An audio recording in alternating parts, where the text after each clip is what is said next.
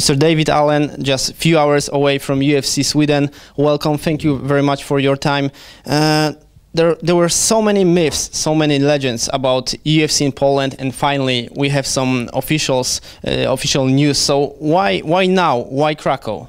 Oh, well, I think we've made no secret around the fact that we've always wanted to come to Poland. We know there's a great community of mixed martial arts practitioners, of fans. We see it through our own social networks. Every time we post anything, whether it's around Jan or Joanna, or whatever, the traffic goes through the roof. So we've got a great marketplace ready for us, and we've always wanted to come. It just didn't line up with our calendar, trying to find a venue, trying to find the city. And this time, you know, in partnering with Krakow Arena, we are super excited to get there on April the 11th. 18,000 people is really a lot for a debut in Poland. So what's your expectation about this?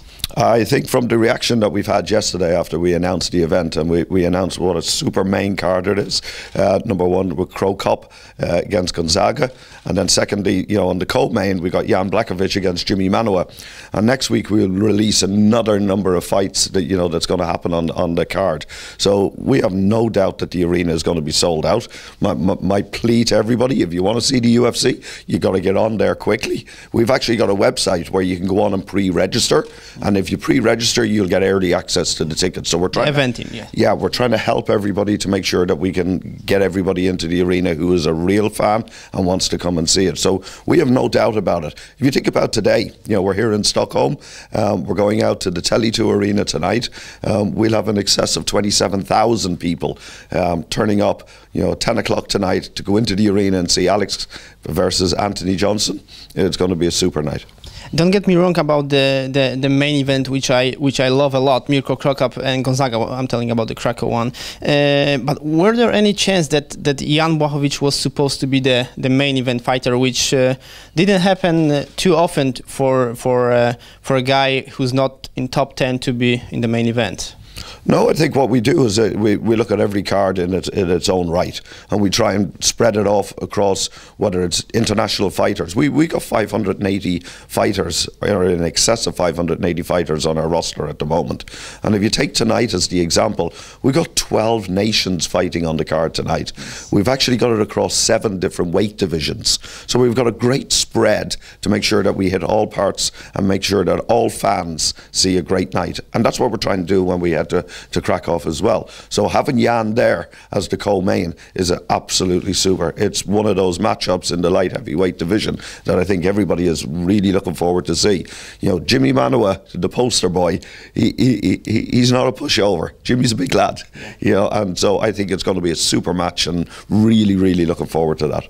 You mentioned about the tickets, and people ask us what will be the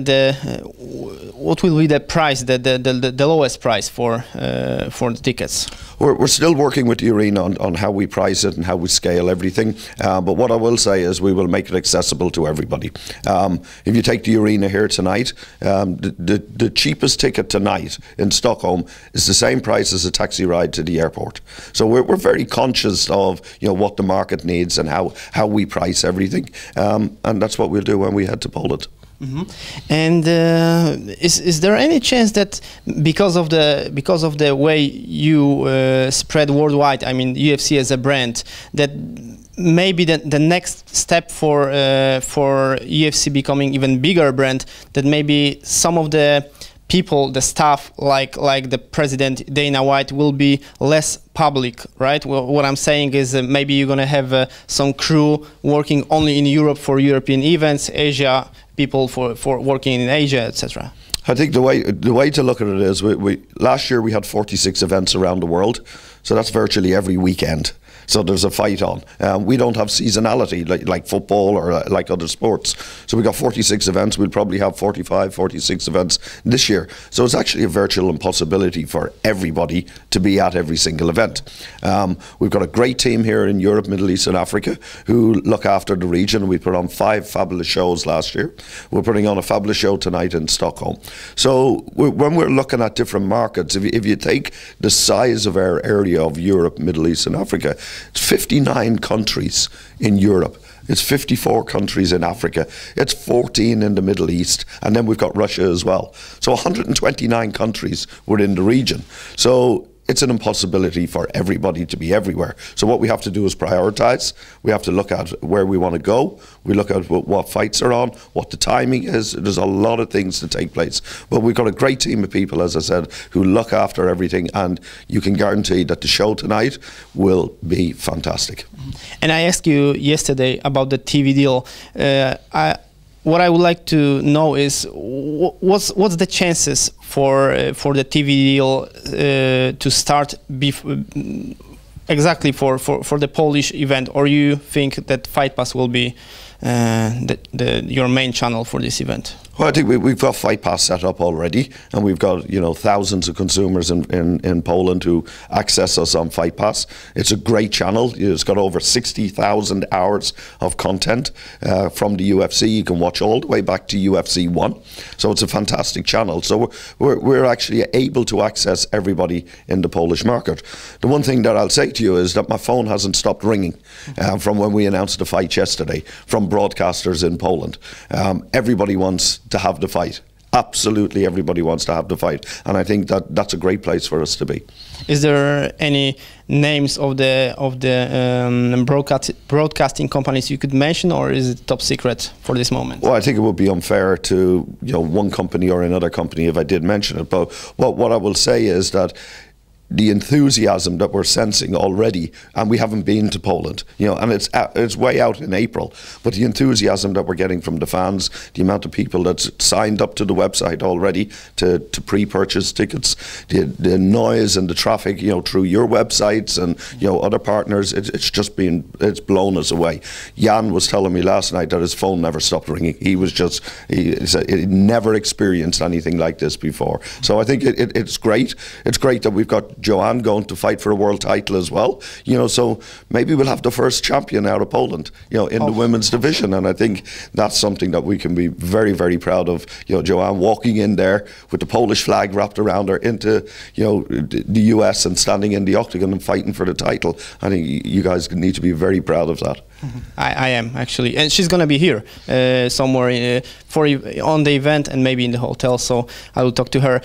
However, you also mentioned about other Polish fighters that will be officially on the card. You're gonna announce it next week, right? So at least you can give us a number of those fighters. How many? Well, I think I said it yesterday that we probably have 4 to 5 different Polish fighters that'll be on the card, including Jan.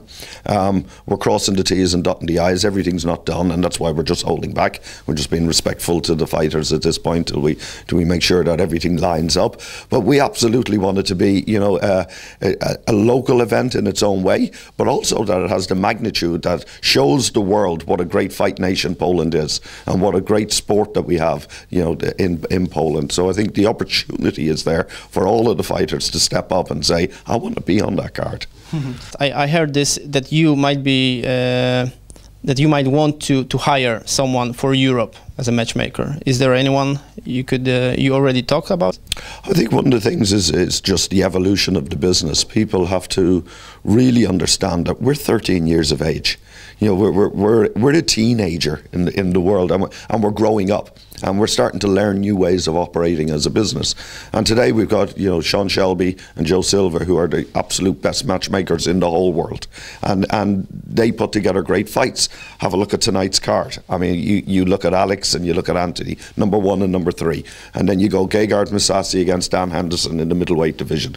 Then you've got Phil Davies against Ryan Bader. So we've got 4 of the top 7 light heavyweights in the world. So Joe and Sean do an absolutely fantastic job, and we're just evolving our organisation and we're starting to grow up. So, you know, at this point in time we have no plans to put other matchmakers around. Those guys do a great job. As I say, we've got, you know, in excess of 580 fighters around the world. They're putting together the cards, and they'll put together, I guarantee you, an absolute amazing card for Poland. event for Krakow on April the 11th. I'm hoping for it. And the last question is about IMMAF, which is based here in in Sweden. They help you with. Actually, I would like to know, what do they help you with when it comes for UFC events? Well, I think what we do with the International Mixed Martial Arts Federation is we work very, very closely with them in terms of helping spread the news across every single country in the world. It's not just in Sweden.